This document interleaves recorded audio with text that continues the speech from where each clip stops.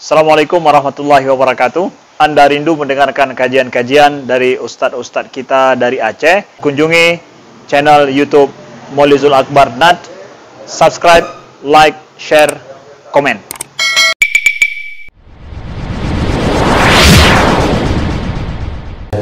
Yang pertama, banyak sekali orang yang sudah meninggalkan salat, terutama orang Aceh yang notabene-nya dijuluki Serambi Mekah. Itu banyak tidak salat lagi. Jadi nggak usah terlalu bangga dengan kalimat Serambi Mekah. Tengku Ciditiro tidak akan datang menyelamatkan kita nanti. Di beg gaduh dengan bahasa indatu temayang mana. Buktinya lihat sendiri. Kalau maghrib saja orang enggak solat, solat lain tu jangan harap. Waktu maghrib bapak keliling, Lut Semawin saja, enggak usah keliling sampai ke Bandar Aceh, apalagi sampai ke Dapat Tuan. Lut Semawin saja lihat waktu maghrib. Safar tidak, semua tidak. Itu banyak sekali anak muda tidak solat. Banyak sekali. Mungkin kalau kita fikir hampir setengah tidak solat lagi. Jadi begitu beraninya orang kita melawan Allah. Nah, kenapa penyebabnya? Penyebab pertama rusaknya orang yaitu akibat tidak menjalankan sunnah Nabi dari waktu kecilnya. Kesalahan terbesar adalah kesalahan orang tua. Rasulullah menyuruh mendidik salat, murru auladakum bis salah wa huwa abna sab'a sinin. Disuruh didik salat dari umur 7 tahun. Fadribuhu iza balagha 10 sinin. Pukul dia kalau 10 tahun belum mau salat, kata Rasulullah. Ini enggak dijalankan.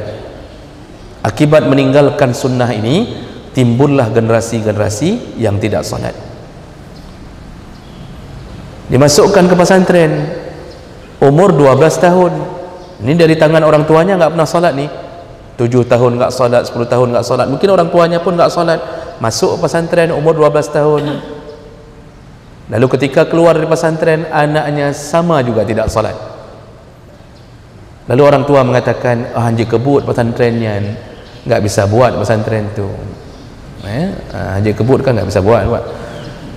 Itu enggak bisa pakai itu pesantren. Masa anak saya 6 tahun enggak salat pulang? Jangan salahkan pesantren. Kita yang telah membuang akar dari tubuh anak kita. Coba lihat anak yang orang tuanya mendidiknya dari umur 7 tahun. InsyaAllah terjaga. InsyaAllah terjaga. Maka anak-anak muda hari ini, Pak, kalau kita membuat penelitian, datangi sensus somakah, soyahkah, nagiyukah, dia kayak gitu sensusnya kalau dengan orang tak solat. Tapi kalau orang solat, somadrona, dengan tidak solat, somakah, soyahkah. Nanti dia model jawabnya, ya ke bulan, ma ke bulan. Begitu biasanya, Pak.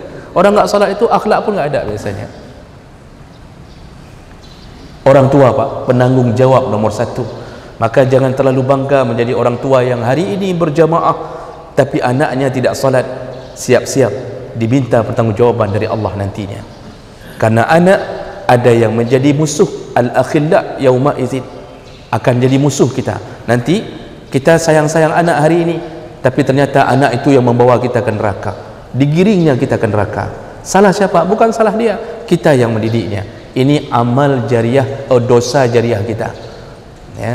Meninggal mau 1000 kali sama dia. Kalau anak enggak salat, yang dikirimkan yang tidak salat itu. Jadi ini kesalahan paling hebat. Kalau itu dapat, insya-Allah kemanapun anak kita pergi tetap salat.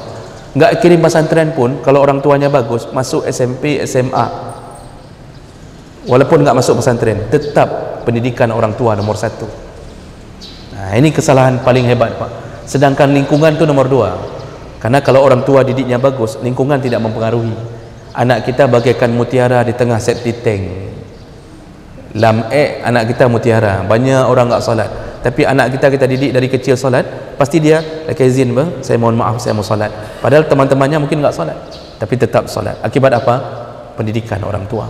Nah, ini yang paling kita tinggalkan. Sunnah Nabi mengajarkan anak sebelum waktu balik, yaitu dari umur 7 tahun. Jadi bapak-bapak yang punya anak enggak salat, kembalikan dia ke rahim, lalu lahirkan lagi, didik lagi kembali. Itu baru berhasil. Oh, sudah menyesal hari ini, ya Allah, saya menyesal 5 anak enggak salat semuanya. Bapak taubat, lalu angkat tangan ke Allah di tengah malam, minta Allah memberi hidayah pada anak-anak kita yang sudah tidak salat.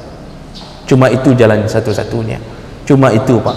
Jangan sewa guru, jangan sewa ustaz, jangan enggak ada guru-guru private, enggak akan berhasil. Doalah di tengah malam, minta sama Allah, semoga Allah mengampuni kesalahan kita dan semoga Allah membuat anak kita mendapatkan hidayah kembali.